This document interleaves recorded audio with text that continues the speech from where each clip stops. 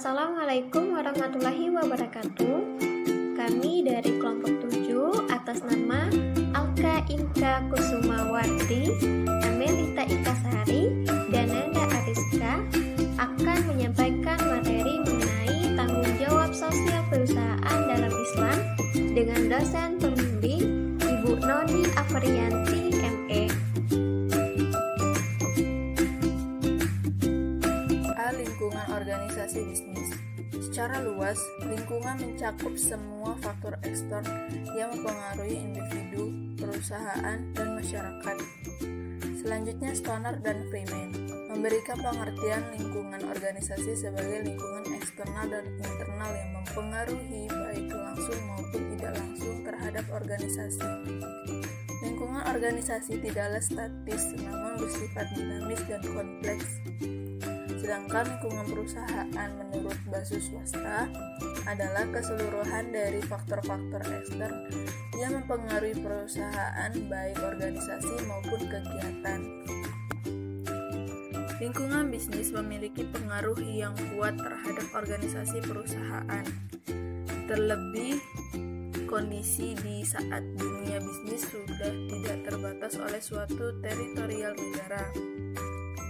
Lingkungan bisnis meliputi faktor-faktor di luar perusahaan yang dapat menimbulkan peluang atau ancaman bagi perusahaan.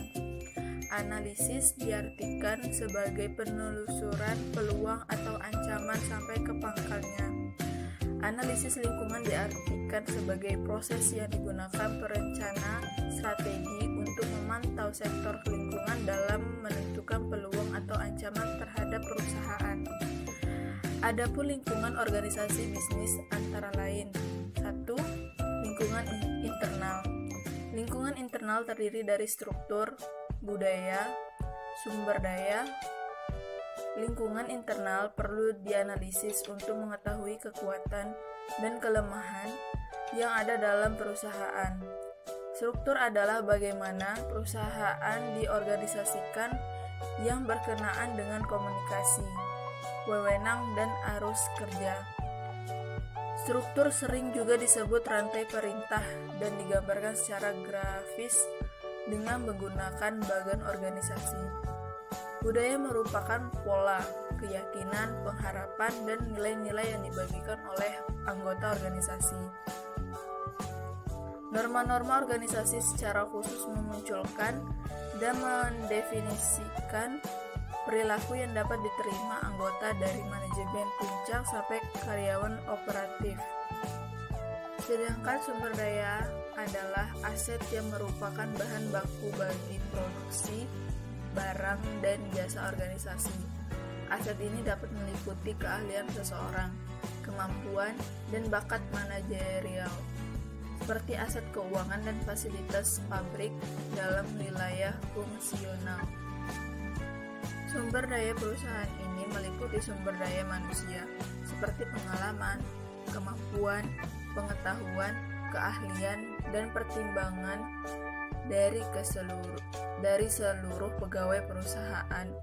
Sumber daya perusahaan seperti proses dan sistem perusahaan, termasuk strategi perusahaan, struktur, budaya, manajemen pembelian material, produksi atau operasi, keuangan, riset, dan pengembangan, pemasaran, sistem informasi, dan sistem pengendalian. Dan sumber daya fisik seperti pabrik dan peralatan, lokasi geografis, akses terhadap material, jaringan distribusi, dan lingkungan teknologi. Yang kedua, lingkungan eksternal. Lingkungan eksternal adalah lingkungan yang berada di luar organisasi dan perlu dianalisis untuk menentukan kesempatan dan ancaman yang akan dihadapi perusahaan. Terdapat dua perspektif untuk mengkonseptualisasikan lingkungan eksternal. Pertama, perspektif yang memandang lingkungan eksternal sebagai wahana yang menyediakan sumber daya. Kedua, perspektif yang memandang lingkungan eksternal sebagai sumber informasi. Perspektif pertama berdasar pada premis bahwa lingkungan eksternal merupakan wahana yang menyediakan sumber daya yang kritikal bagi kelangsungan hidup perusahaan. Perspektif ini juga mengandung makna potensi eksternal dalam mengancam sumber daya internal yang dimiliki perusahaan. Pemogokan deregulasi perubahan undang-undang misalnya berpotensi merusak sumber daya internal yang dimiliki perusahaan. Perspektif kedua mengaitkan informasi dengan ketidakpastian lingkungan. Ketidakpastian lingkungan mengacu pada kondisi lingkungan eksternal yang sulit diramal perubahannya. Hal ini berhubungan dengan kemampuan anggota organisasi dalam pengambilan keputusan. Yang B, tanggung jawab sosial perusahaan. Dewasa ini tidak cukup bagi perusahaan hanya memfokuskan diri pada pertumbuhan ekonomi semata. Akan tetapi dibutuhkan sebuah paradigma baru di bidang bisnis, yaitu pembangunan yang berkelanjutan. Pembangunan yang berkelanjutan akan terwujud jika semua pihak yang memiliki kekuasaan, kepentingan, dan mempunyai pengaruh terhadap jalannya perusahaan, baik yang berada pada sisi dalam perusahaan maupun pada sisi luar perusahaan, bekerja sama dan mendukung program-program perusahaan. Salah satu cara mengakomodir stakeholder terkait adalah dengan cara menjalankan program tanggung jawab sosial perusahaan yang merupakan komitmen untuk bertindak secara etis, beroperasi secara legal, dan berkontribusi untuk peningkatan ekonomi bersamaan dengan peningkatan kualitas hidup karyawan dan keluarganya. Komuniti lokal dan masyarakat secara luas melalui program yang berkesinambungan yang melibatkan sebuah stakeholder terkait. Secara umum, CSR mencakup berbagai tanggung jawab yang dimiliki perusahaan kepada masyarakat di mana perusahaan itu beroperasi. European Commission mendefinisikan CSR sebagai suatu konsep di mana perusahaan memutuskan dengan sukarela untuk berkontribusi demi masyarakat yang lebih baik dan lingkungan yang lebih bersih. Para pendukung CSR memiliki beberapa dasar atas pendirian mereka bahwa sebuah perusahaan seharusnya berada di atas atau melebihi maksimalisasi keuntungan atau paling tidak aktivitas CSR berkontribusi pada tujuan tersebut. Pertama, beberapa perusahaan terlibat dalam upaya tanggung jawab sosial perusahaan semata-mata bagi kepentingan umum dan tidak mengharapkan balasan yang komersil atas kontribusinya. Kedua, beberapa pendukung pandangan tanggung jawab sosial perusahaan berargumen bahwa perusahaan memetik keuntungan dari kegiatan melayani sebagai anggota komunitas dan karena itu memiliki kewajiban yang bersifat timbal balik kepada komunitas tersebut.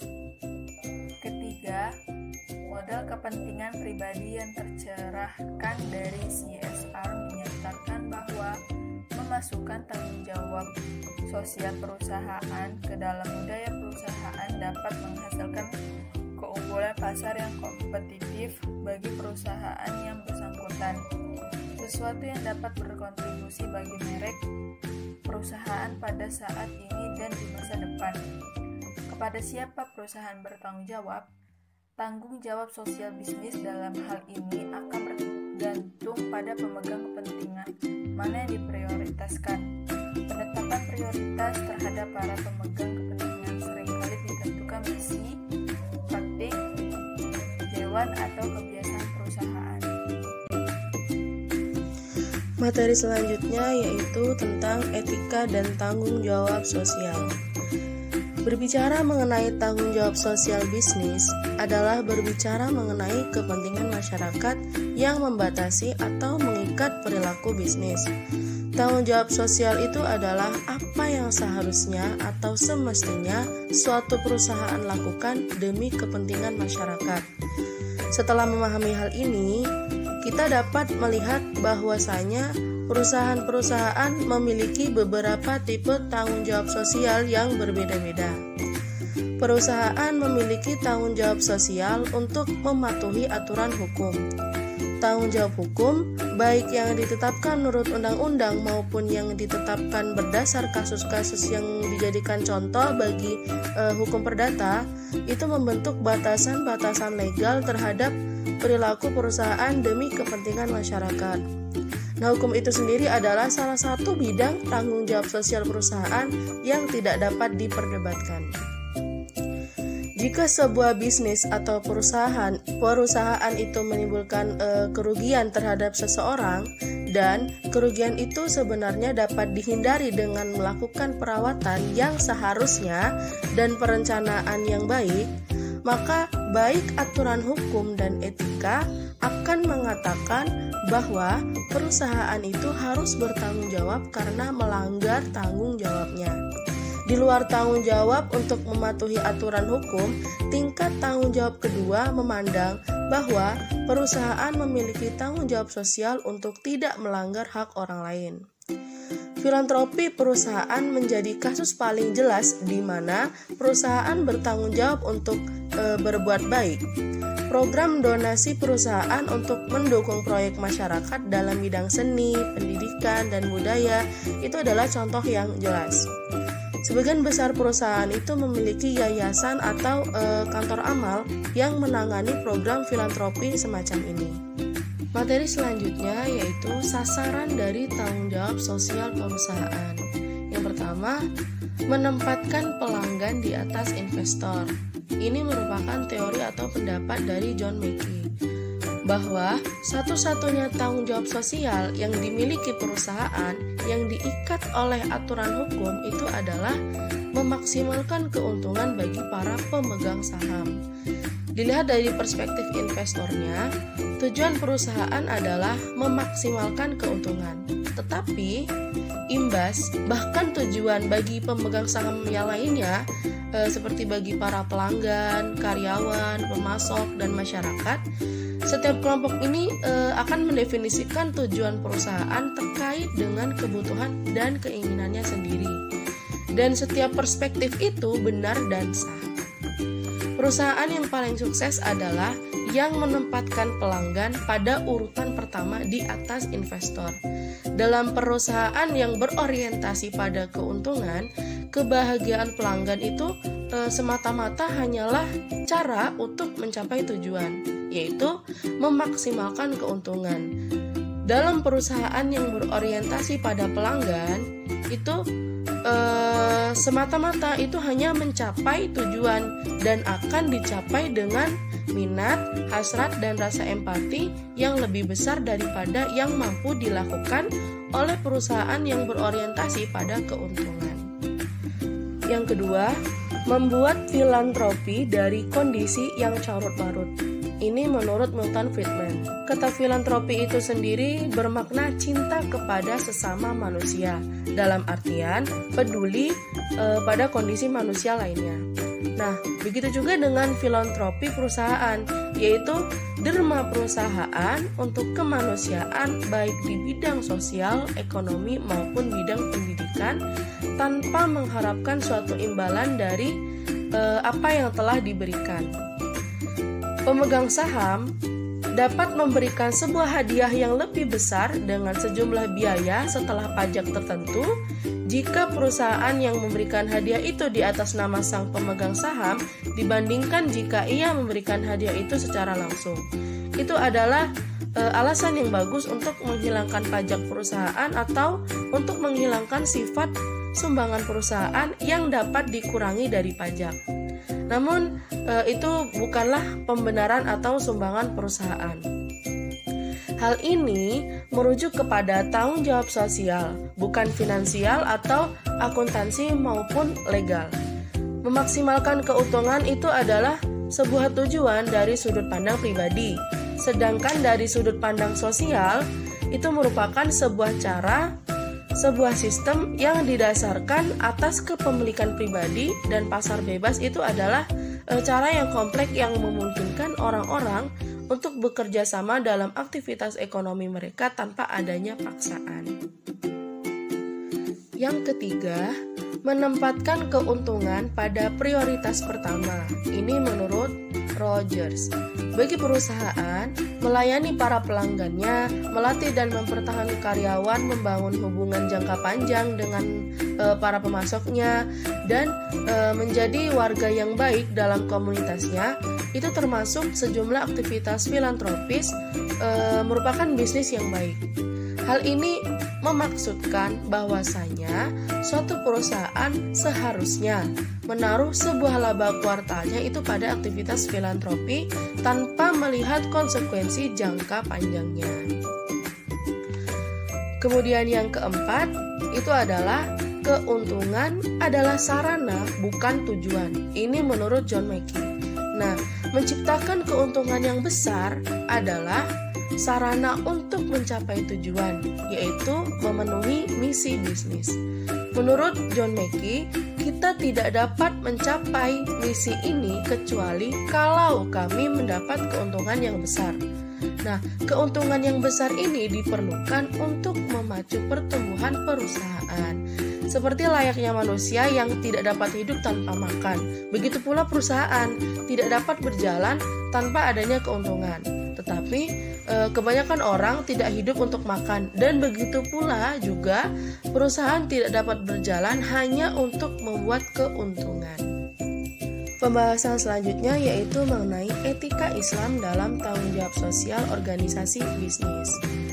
Bagi seorang muslim, ia harus menyadari bahwasanya kekayaan yang ia peroleh itu hanya merupakan titipan sementara yang diberikan oleh Allah Subhanahu wa taala kepada hambanya. Baik itu berupa jabatan, materi, anak, rezeki, dan lainnya. Itu untuk diolah sebaik-baiknya dan memberi manfaat kepada banyak makhluk yang lainnya. Harta itu dijadikan sebagai sarana guna menunjang terwujudnya tujuannya. Dalam Islam, ada bisnis-bisnis yang dilarang untuk dikerjakan karena lebih besar kerugiannya daripada manfaatnya. Hal ini seperti bisnis rumah bordil atau pelacuran, kemudian minuman keras, judi, dan lainnya, dan bisnis-bisnis lainnya yang banyak menimbulkan kemudorotan. Dalam hidup ini, khususnya dalam berbisnis, itu sangat menghargai dan menjunjung tinggi nilai-nilai persaudaraan, sehingga dalam masyarakat Islam, berbisnis bukan hanya bertujuan untuk mencari keuntungan semata, tapi lebih jauh daripada itu untuk menambah persaudaraan yang lebih jauh dengan berbagai golongan, suku, ras dari berbagai bangsa di dunia ini, khususnya sesama muslim. Sehingga nantinya dengan berdagang akan menambah dan mempererat ikatan ukhuwah Islamiyah yang menjadi semakin lebih baik. Maka dari itu, Allah Subhanahu wa taala melarang umatnya untuk melakukan kezaliman di atas muka bumi ini, khususnya kezaliman bagi sesama manusia, apalagi dengan memanfaatkan ketidaktahuan manusia tersebut terhadap sesuatu hal seperti suatu barang. Islam berusaha keras untuk mencegah terjadinya bai'ul gharar atau suatu tindakan yang dilakukan dalam penjualan barang yang tidak jelas dan rupa dan sifatnya, sehingga ini menimbulkan efek yang merugikan orang lain. Itu sebagai contohnya. Sehingga dalam Islam sangat ditentang permainan spekulasi dengan melihat celah-celah di mana keuntungan bisa diambil, seperti pada saat-saat inflasi akan terjadi. Maka dari itu, konsep investasi dalam Islam itu dikenal dengan istilah interest-less society, sharing risk stroke, dan sharing profit and loss. Maka dengan mekanisme manajemen seperti ini diharapkan tindakan-tindakan seperti earning management dan sejenis itu tidak akan terjadi lagi. Nah, jadi tanggung jawab sosial organisasi bisnis dalam Islam itu harus bertujuan untuk menciptakan kebajikan yang dilakukan bukan melalui aktivitas-aktivitas yang mengandung unsur riba, melainkan dengan praktik yang diperintahkan oleh Subhanahu wa Ta'ala, misalnya berupa zakat, infak, sedekah, wakaf. Nah, ini merupakan bentuk-bentuk filantropi. Nah, jadi kebijakan yang tidak mengandung unsur-unsur haram, menjaga distribusi kekayaan di masyarakat misalnya, bisa jadi kemudian mencapai keuntungan duniawi dan juga ukhrawi. Sebelum kita lanjut mengenai etika bisnis dan konsep Good Corporate Governance atau GCG, terlebih dahulu kita mengetahui apa sih itu GCG. Jadi, GCG atau tata kelola perusahaan adalah sebuah rangkaian proses, kebiasaan, kebijakan, aturan, dan institusi yang mempengaruhi dalam hal pengarahan, pengelolaan, serta pengontrolan suatu perusahaan atau korporasi. GCG ini diarahkan untuk menciptakan suatu bentuk organisasi bisnis yang bertumpu pada aturan-aturan manajemen modern yang profesional dengan konsep dedikasi yang jauh lebih bertanggung jawab. Etika bisnis dan konsep Good Corporate Governance atau GCG. Di Indonesia, pedoman GCG ini merupakan acuan bagi perusahaan untuk melaksanakan GCG dalam rangka 1.